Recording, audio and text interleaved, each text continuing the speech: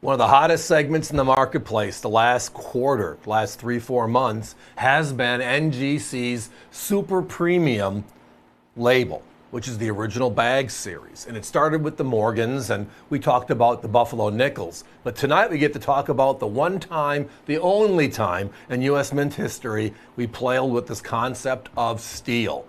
It's the 43 steel cent. Look at the grade, look at the label. This one's gorgeous. So the Lincoln cent is our longest tenured coin in U.S. history. The cent itself is the longest ever by the U.S. Mint, dating back to 1793 with the large cent that lasted until 1857. Then we rotated into the small cent, which was the Flying Eagle for 2 years.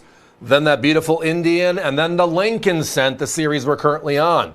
So the cent has been around since day one. The Lincoln cent, the oldest look and feel, because that obverse is still President Abraham Lincoln facing right.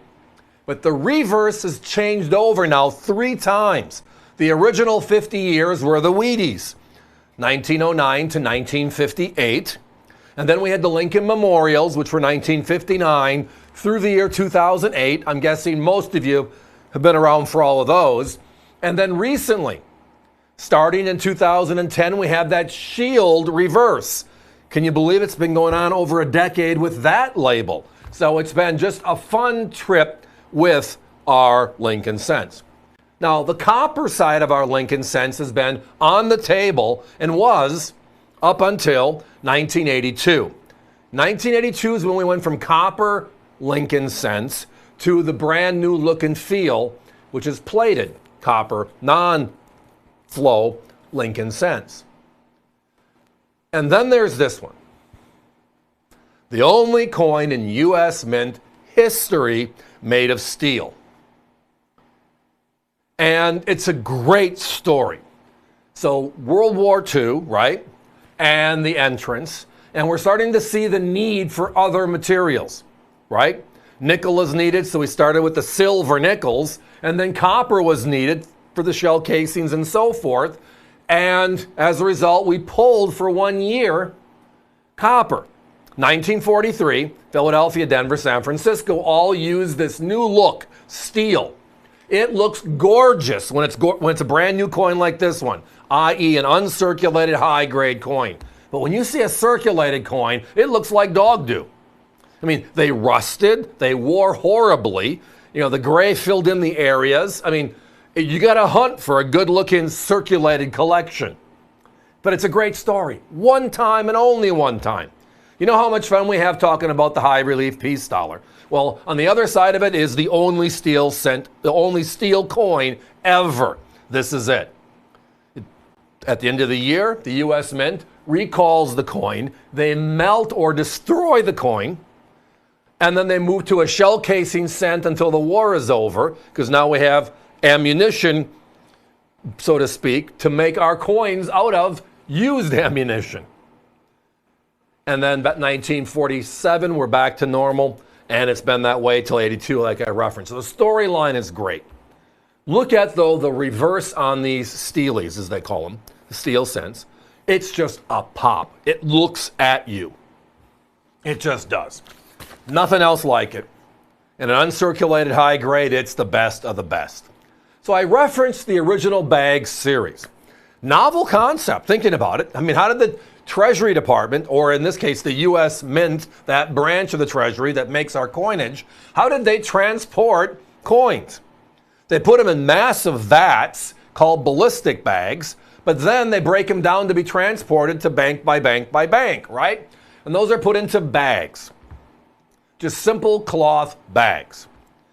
So, with history being on our side and looking at some other industries, you might remember that in the 1990s, the sports card industry started putting pieces of jerseys. They started putting pieces of bats inside of some very special cards worth lots of money today.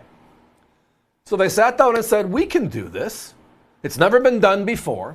But it's a brilliant looking label and a brilliant concept of the coins actually with a fragment of an actual bag tied together. So they make the ultimate premium label as you're seeing. And that's kind of cool. But what it comes down to, though, is the coin inside of it, always, right? This is what we're looking at. So they made 684 million Lincoln cents in Philadelphia in 1943. But today, if you go to NGC's website, all labels, this one included, all labels, only 17,287 are known in 66 or higher. And part of the reason why is, again, the government recalled the coin. They actually brought them back in from banks and destroyed them, so very few survived. That's 1 in every 39,000 coins struck is known today in 66 or higher. The competition has this coin in the regular holder at $96.95. Tonight, we have the premium label, the brand new label that the rest of the industry is selling at 25 to 30% premiums. And we have them here tonight at the same price. So I always talk about the grade's the key, the grade's the key. Tonight we have the grade's the key and the brand new premium label wrapped up inside of it. And it's still the same price. It's like getting that car with all the extras for free. And you got the car you wanted. It's just a great opportunity. Guys, we got to put a 30-second clock. I only had a handful of these available. It is a special new look and feel.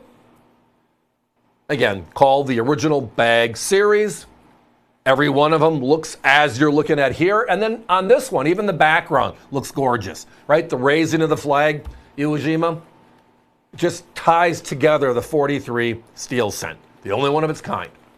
And tonight you get the Premium 66 in the premium label.